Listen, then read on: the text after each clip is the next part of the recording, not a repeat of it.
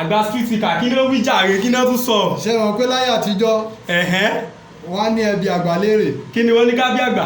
tọ́rọ̀ bá dàrú. àmọ́ nísìnyí ChatGPT là ń bi léèrè o. ChatGPT.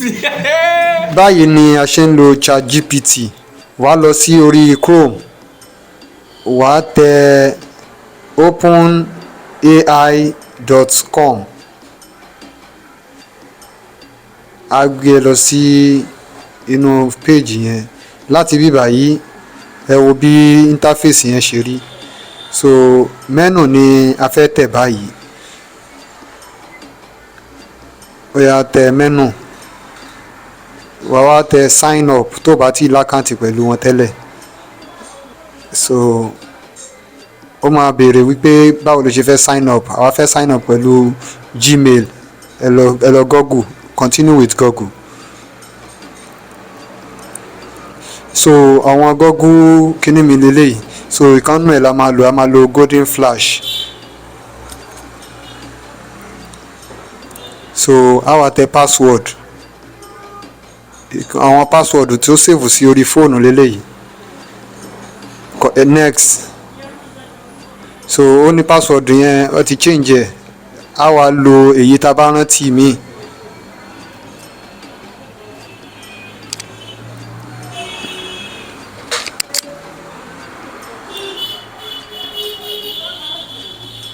so Google yóò wá gbé verification code wá pé ṣé ká send ẹ̀ sí èyí tí a send sí email tí ẹ fi kalẹ̀ tẹ́lẹ̀. tí ẹ bá rántí yẹn ẹ lè sọ pé ẹ try another way. tẹ́ ẹ bá mọ email tí wọ́n kó sí abẹ́ kíní yìí ẹ ní try another way. so Google fẹ́ send code yẹn sí nọ́mbà tí ó gbẹ̀yìn pẹ̀lú 36. àwa ní kó text ẹ̀. so text message yẹn là ń retí báyìí. so tí text message yẹn bá ti wọlé a máa paste ẹ̀, a máa copy rẹ̀. a wá paste ẹ̀ ti rí copy paste ẹ wá next ẹ yà tẹ next. so ó máa gbé ẹ débi báyìí continue.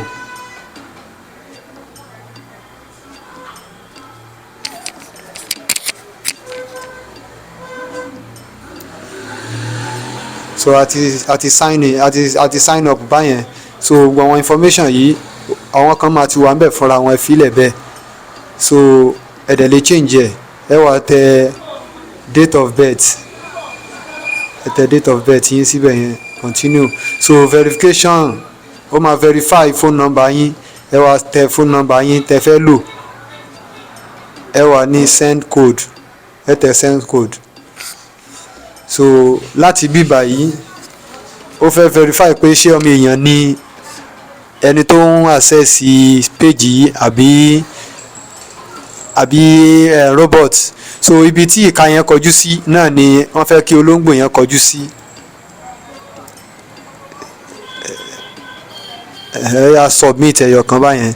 ẹ tún ṣe lẹ́ẹ̀kejì ibi tí ìka yẹn kọjú sí wọ́n fẹ́ kí olóńgbò yẹn náà kọjú síbẹ̀. ẹ yá submit. so ibi tí ìka yẹn kọjú sí lẹ́lẹ́kẹta a fẹ́ kó olóńgbò yẹn kọjú síbẹ̀. submit. so eléyìí ẹ ti parí verification pé ọmọ èèyàn ni ẹni náà. so ẹ máa wò ó ní phone number yẹn wọ́n ti lò ó púpọ̀. ẹ máa change phone number yẹn sí ìmíì tẹ́ ẹ ti lò fún registration lórí page yìí rí. so a wá tún lọ síbi verification pé ṣé ọmọ èèyàn ni àbí robot. so ẹ wò báyẹn nísìn ntẹ́ ṣe tẹ́lẹ̀ yẹn náà ni ẹ tuntun ṣe ń bì báyìí.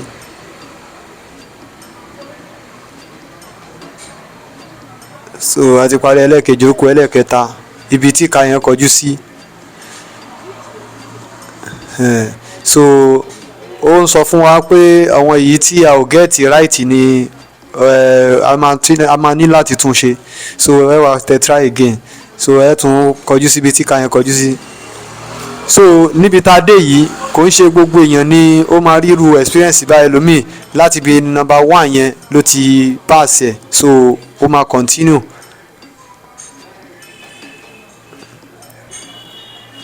So verification yẹn ti parí báyẹn phone number náà ó ti accept ẹ̀ ó máa wá send code sí phone number tí a fi kalẹ̀ ẹ wá copy ẹ̀ ẹ paste ẹ̀ ẹ dẹ̀ ẹ fi lára balẹ̀ fúnra ẹ continue.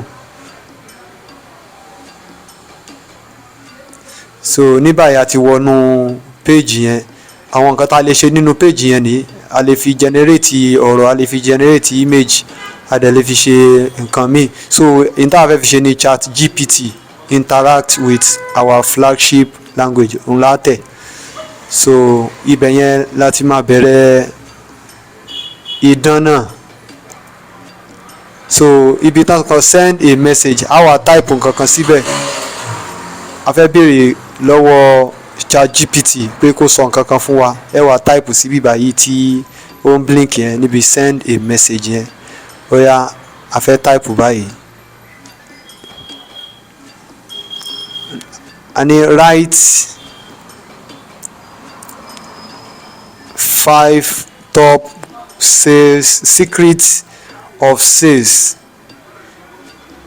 in Nigeria o lè lo tìlú ẹ o lè lò fún ìlú ẹ o lè lò fún Nigeria o lè fún Lagos o lè lò fún anywhere tó bá wà ChatGPT yóò gbé information yẹn jáde so yóò wá ó tún lè bẹ tún message yẹn kọ sókè òun ló kọ Nigerian sales tip so ẹ wo bí hard button lókè yẹn ẹ lè hard rẹ tẹ bá tẹ button yẹn hard yẹn plus button yẹn ó máa save ẹ sínú page yín ẹ lè lò ó níjọ́ mi so ẹ dẹ̀ lè hard screen eléyìí sínú screen yín ẹ wo bí arrow tó wà lókè yẹn red arrow yẹn ẹ wá tẹ red arrow yẹn láti save eléyìí sórí screen láti save ChatGPT page sórí screen yín ẹ tẹ hard ó ti wà lórí screen yín báyẹn ẹ wo lórí screen mi òun nìyẹn. àgbà street ibo mo ti lè gẹ́ẹ̀tì epo ilé epo tó lẹ́sì tí mo ti lè gẹ́ẹ̀tì epo tó lẹ́sì ChatGPT lẹ́tún ní kí n lọ bí báyìí àgbà street. Thank you for watching ẹ ṣé tí ẹ ń tẹ́tí sí wa látẹ̀kan ẹ subscribe sí channel wa yìí ẹ tẹ subscribe button ẹ share rẹ̀ ẹ dẹ̀ love rẹ̀ bye for now.